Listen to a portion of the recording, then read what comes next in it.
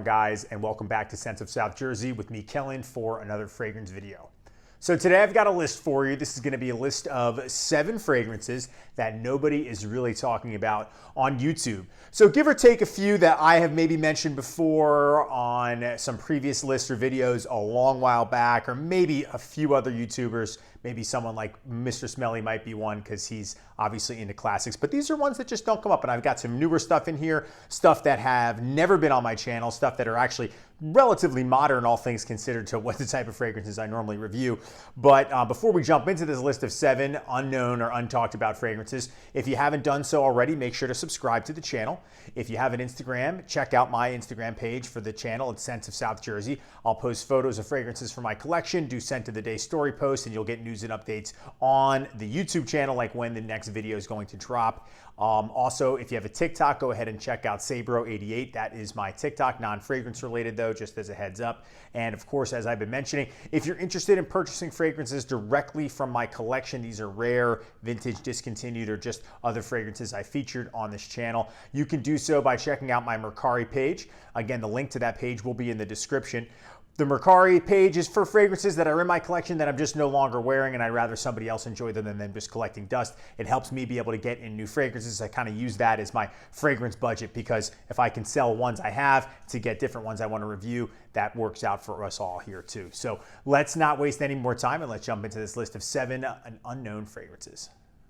Okay, coming in at number 1 on my list of 7 fragrances no one really talks about that much. Unknown is a bad choice of words because they're known, but you get what I mean. This is from 1984 from the Italian house of Enrico Coveri. This is Enrico Coveri Pour Homme. Yes, I've mentioned this one on my channel before. You can take a look at that box. So it's considered a woody aromatic, and it is, doesn't that bottle look like Czar? I always think it looks like Czar. It's actually compared to Czar on Fragrantica, but it's different. What this is like, a nutmeg is a big note in here. So it's kind of like a rough green, but a real smooth nutmeg and woody dry down. It reminds me of another classic Italian scent called Borsellino, except this is way easier to get and way more affordable. Borsellino is like the higher end, really smoothed out version of this. This is definitely rough around the edges, very masculine, and it lasts a long time too. I think you can find this one for around 30 bucks. I saw it. It is it kind of goes away, it comes back. I wouldn't pay any more than 50 for it. I think I got mine initially on eBay, but I see them now on your typical gray market websites like FragranceNet too. But Enrico Coveri, Italian classic, green, definitely 80s style, but really nice scent and not really spoken about too often. Okay, this is the second fragrance on this list from the house of Nino Cerruti, and you guys know I love Cerruti 1881. It's one of my favorite aromatic fougères, favorite green fragrances ever. That is probably one of the best inexpensive but smells high-end type of fragrances ever. This is a flanker to that. This one came out in 2018, so very modern from what I normally talk about. This is Essential. Cerruti 1881 Essential. Get a look at that box as well too. So if you're looking for something modern, but you definitely want a hint of maybe that green herbal blast that are in a lot of classics, Essential is really good. It's cheap, but at the same time, it's got a big injection of basil. That's a big green note that kind of overtakes the fragrance for a little while. Other than that, it's pretty fresh, modern type of gym scent. I like it for that. I like it for the office. I like it for the summertime as well. I'm wearing it around as I go on my traveling sales job and my new career. So this really is something that I think is a mix between mostly modern scents, but they'll have a little bit of that old school feel to it. I think Cerruti 1881 does that with a lot of their flankers. There are better ones than this one, but this is one I wanted to talk about because if you like green herbal blasts, especially basil, mixed in with some other kind of more fresh citrus notes, you'll enjoy this one a lot. That's Cerruti Essential 1881.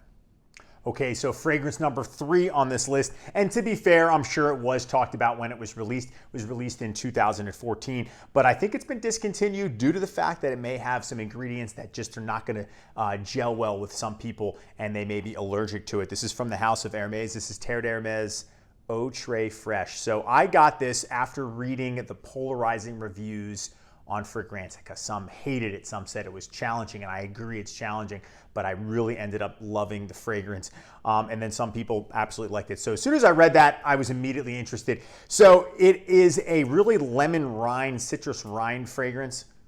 Get some of that on my hand. There's something about it, that rindiness to it, mixed with that, the hints of vetiver and other notes in there, the earthy notes. It really kind of smells almost like, and I read this on Fragranza, I get it. I know it's such a weird description, but like a freshly clean, like let's just say you just worked out, right? And then you take a shower and you come out and you smell cleaner, but you haven't applied deodorant yet, like that type of almost like a hint of BO, clean though, but it's like locker room scent, like it's different. It's hard to describe without making it sound gross. Some of you are gonna hear that and be like, what? Who would want to smell like that?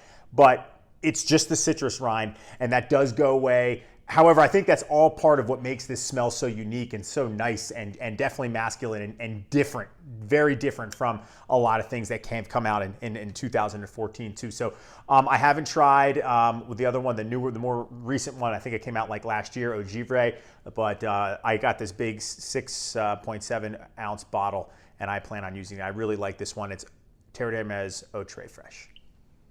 All right, fragrance number 4, taking it back to 1995 from a house I've just recently explored, actually, Fred Hayman of Beverly Hills. This is Touch for Men by Fred Hayman of Beverly Hills too. So you could take a look at that. Got that wax symbol there. Fred Hayman on the back. This is again Touch for Men.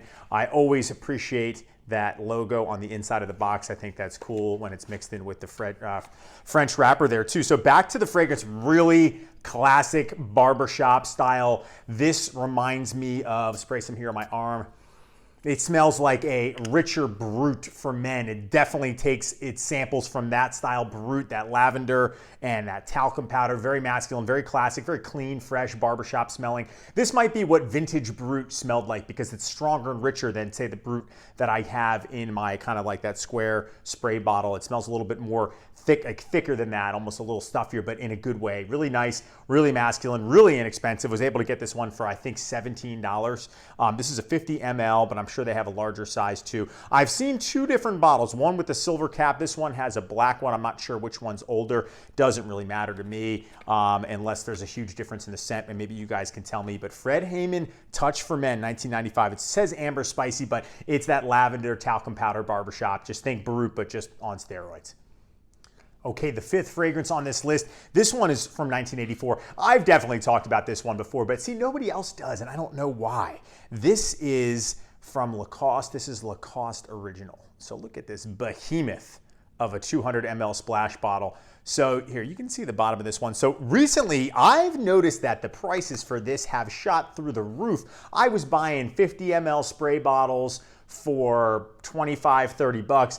100 ml spray bottles for 45, 50 max, and you can get them if it's naked, no box, no papers, nothing like that. You could get that for in the 30s, maybe high 30s, low 40s. But the prices for the 100 mLs are through the roof. That's why I bought this huge 200 ml bottle, because it's a splash. I love it. But I also have some more, but I just wanted to make sure I had enough of it because this is going to become scarce soon, unfortunately. And it might be 100% discontinued at this point, and it's maybe becoming even more rare, and hence why, unfortunately, prices are going to increase. But anyway, the scent, green, lime, fresh, bright, woodsy, oak moss, dry down. It's very sporty, very athletic. They even have a sport flanker, which kind of takes that even further.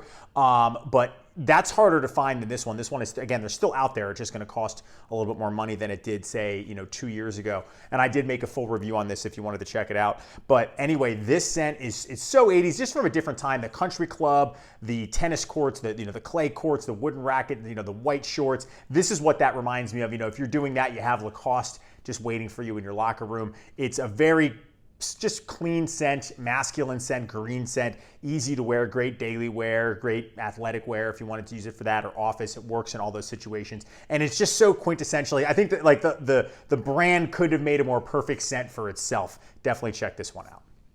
So fragrance number 6 is definitely a classic barbershop old school scent.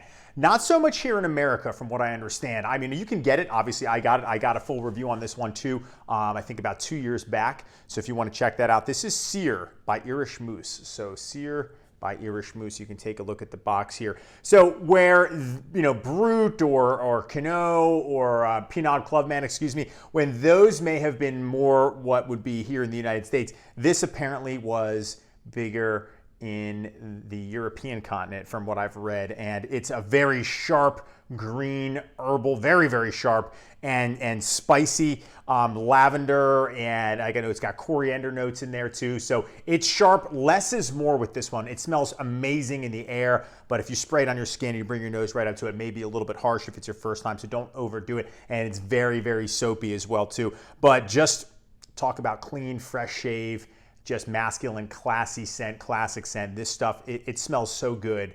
And I only have this 50 ml because it is harder to find. But again, a little bit will do you. It doesn't need that much. For me, performance was probably okay, but I know initially it can be very strong, as a lot of these kind of old school barbershop scents are. So I think once you let them develop, that's when they're the best too. Not going to be super expensive, but it may be just harder to find. But Sear Irish Moose is definitely an awesome scent and not mentioned enough. Okay, so the 7th and final scent on this list is from 1992. It's classified as an aromatic green. It's from the manufacturer Marugia, but I think it's designed and maybe inspired by the golfer Seve Ballesteros. So this is Royal Green by Seve Ballesteros. So I have two versions of it here. This is a splash and this is a spray. They're both eau de toilette. And look at the back, it's got Sev on there. I think that's how you say his name. He was a big golfer in the Spanish golfer in the 70s through the 90s. And this came out in 1992. And it's, again, called Royal Green. So it's like a sport fresh line. Really does remind me of things like Lacoste, Eau de Sport, stuff like that. Trophy Lancome, I've mentioned. That's another favorite of mine. This one, however, here's the splash. Really nice looking bottle, green juice. I like that it's colored. It's got that golf theme going on. So let's take this one off. This is an eau de toilette, but it is a splash. So let's just put a little on here. This scent, it has a really bright green opening. But you know what? When it dries down, it's a little less classic than I expected. And I'm not disappointed because I love the opening, right? I really love the opening. I had the opening on this other hand. Let's use the spray bottle here. I love the opening of the fragrance. Let's see. Yeah, nice sprayer. Look at that. And yeah, it's very bright lemon and green grass. That's kind of what it smells like. Very golf, very going with the theme. But once it dries down, it's just more so of a generic woody. Maybe it wasn't meant to be as strong as some of the other ones. Maybe it was supposed to be more subtle, more subdued. They do have good detail. You can see the golfer on the top there. So I'm asking you guys, maybe you know more about it. There's not a lot on the internet. Hopefully some of you have had this back in the day. Maybe it changed. Again, it is an older scent. It could have altered. Doesn't smell sour. I got backup ones because the original one I got for really cheap, I thought was off. These smell good. But it just has sort of just a green, really bright opening, which I like. Reminds me of Lacoste Eau de Sport and Trophy. But the dry down isn't as super oak moss as they usually are. It's more so just kind of a generic woody scent. So I don't like that as much. However, the opening is nice, and it is kind of a nice classic. Definitely discontinued fragrance that I can talk about here on the channel too. So I want to know if you guys know any more information about Royal Green. All right, everyone, that's going to do it for this list of 7 fragrances that are not talked about enough on YouTube. So as we always do, in the comment section, let me know what you thought of the video, what you thought of the list. Do you own any of these fragrances? Let me know if you know any more information about Royal Green. I'd love to get some more background on that one. Do you like them? Do you agree with my picks? Or do you think that they are talked about enough? Of course, I have many fragrances that are not talked about enough. I can make much more of these videos too, but I hope you enjoyed it. Make sure to subscribe if you haven't done so already. Check out the Instagram page, check out the Mercari page, check out the TikTok. Make sure to comment. I always appreciate all the interaction. Thank you so much for watching and hanging out with me today, and I will see you all in the next video. Take care.